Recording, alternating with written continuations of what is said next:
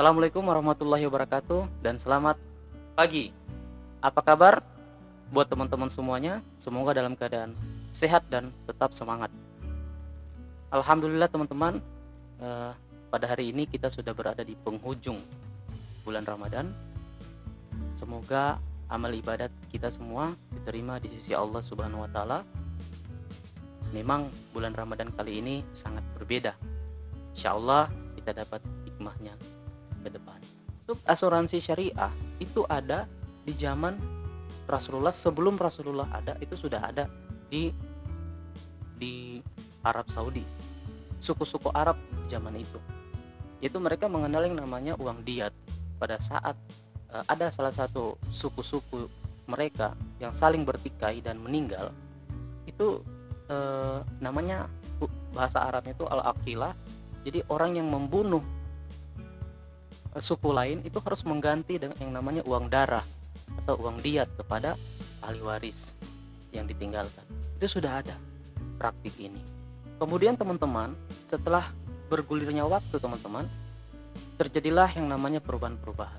Banyak yang namanya ulama-ulama dunia yang mempertimbangkan, yang mengeluarkan hukum-hukum tentang asuransi.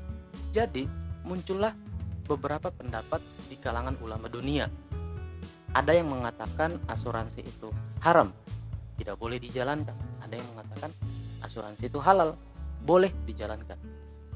Nah, jadi kita berbicara dulu.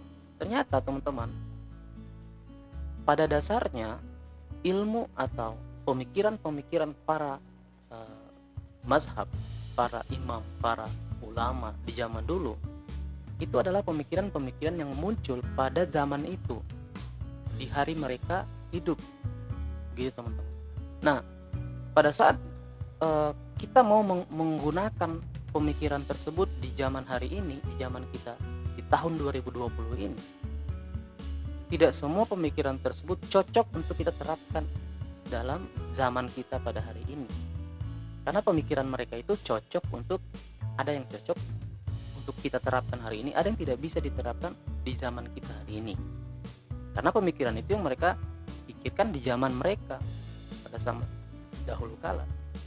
Nah, jadi itulah yang namanya pemikiran kontemporer, teman-teman. Dilihat sesuai keadaannya, gitu. Contoh teman-teman, sekarang pemerintah sudah mensupport kita dengan adanya namanya asuransi BPJS atau asuransi sosial. BPJS ini Badan Pengelola Jaminan Sosial. Nah, ini kan bentuknya juga asuransi. Namun dalam hal ini BPJS masih banyak beberapa risiko-risiko yang belum di-cover. Oleh karena itu, asuransi syariah menjadi salah satu pilihan buat masyarakat Indonesia yang bisa kita gunakan untuk melengkapi asuransi BPJS ini, teman-teman.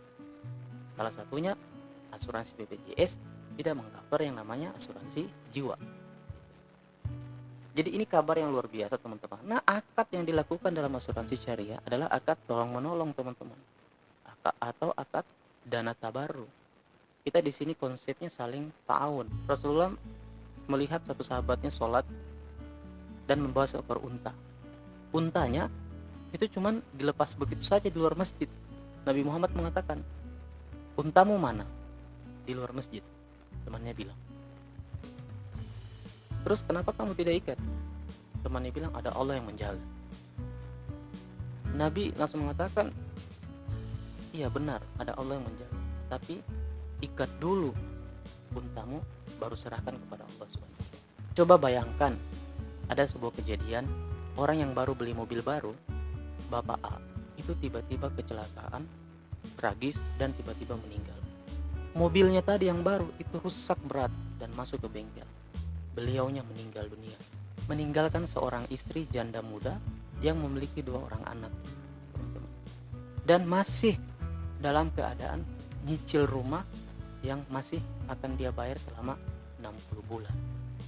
Pertanyaannya, bagaimana dengan risiko finansial ibu ini? Janda muda ini menghadapi kehidupan ke depan dan memiliki 2 orang anak yang masih sangat kecil. Bagaimana masa depan mereka? Nah, dengan adanya konsep ta'awun, adanya konsep asuransi syariah ini sangat-sangat menjadi solusi buat kita semua.